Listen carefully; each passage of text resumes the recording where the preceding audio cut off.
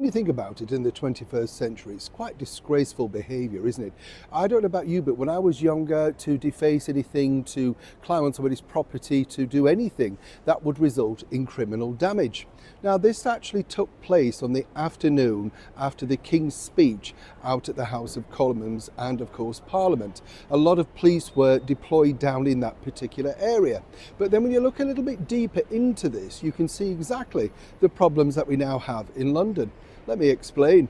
Morning, lovely to see you. Thank you so much as ever for your time. Look at these beautiful baskets of flowers here in the very heart of Whitehall. Mentioned it the other day, I think people should get awards for stuff like that. They make it look wonderful, don't they? It's just nice to walk past them, see all these beautiful blooms, and then of course get a bit of a smile on your face.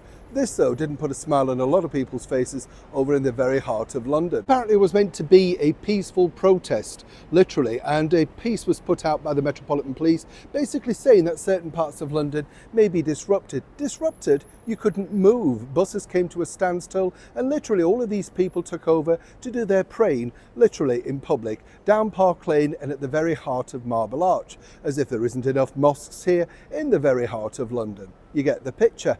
It's literally a takeover. Now, what's interesting also is the Mayor of London, Sadiq Khan, has suddenly said nothing. But what we can tell you is, you see this Herbert on top of Marble Arch Tube Station waving his flag, right? Very, very insensitive flag.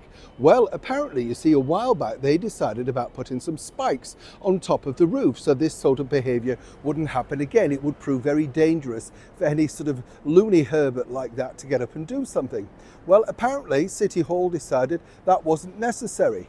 Now, just cast your mind back over a week ago and remember this. The British black cab drivers and other drivers over here in the United Kingdom were told they couldn't fly the England flag from their cars in support of the forthcoming England game. This is because apparently it could cause accidents and, of course, a lot of disruption.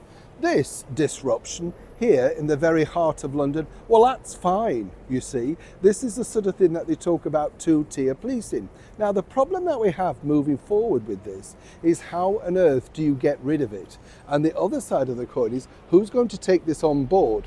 As we've seen with our brand new government, headed by Sir Keir Starmer, seemingly nothing can be done. And as I say, on what was a day of great historical reference regarding, of course, the King's speech out at the Houses of Parliament, one would have thought people might have been a little bit more respectful. They took the opportunity to deploy even more police at the taxpayers' expense to make sure that literally London ground to a halt. And by the way, the person on top of the building waving the flag, simply, absolutely, 100% no arrests. Now, how about that for fair play? As ever, I'd like you to like and share this video and comment respectfully on what you think's happening over here in the very heart of London. Was JD Vance in fact right? Neil Sean in the heart of London.